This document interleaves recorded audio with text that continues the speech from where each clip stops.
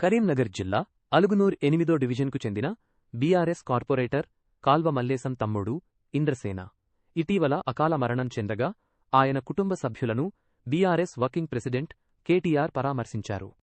ఈ సందర్భంగా కుటుంబ సభ్యులకు ప్రగాఢ సానుభూతి తెలియచేసి ధైర్యంగా ఉండాలని ఆయన సూచించారు. ఈ పరామర్శ కార్యక్రమంలో మాజీ ఎమ్మెల్యే రసమయి బాలకిషన్, మాజీ ఎమ్మెల్సీ నారదాసు లక్ష్మణరావు, బీఆర్ఎస్ జిల్లా అధ్యక్షుడు జీవీ రామకృష్ణారావు, తిమ్మాపూర్ మండల అధ్యక్షుడు రావుల రమేష్, రాష్ట్ర నాయకుడు కేతిరెడ్డి దేవేందర్ రెడ్డి, మాజీ కె.డి.సి.సి.బి.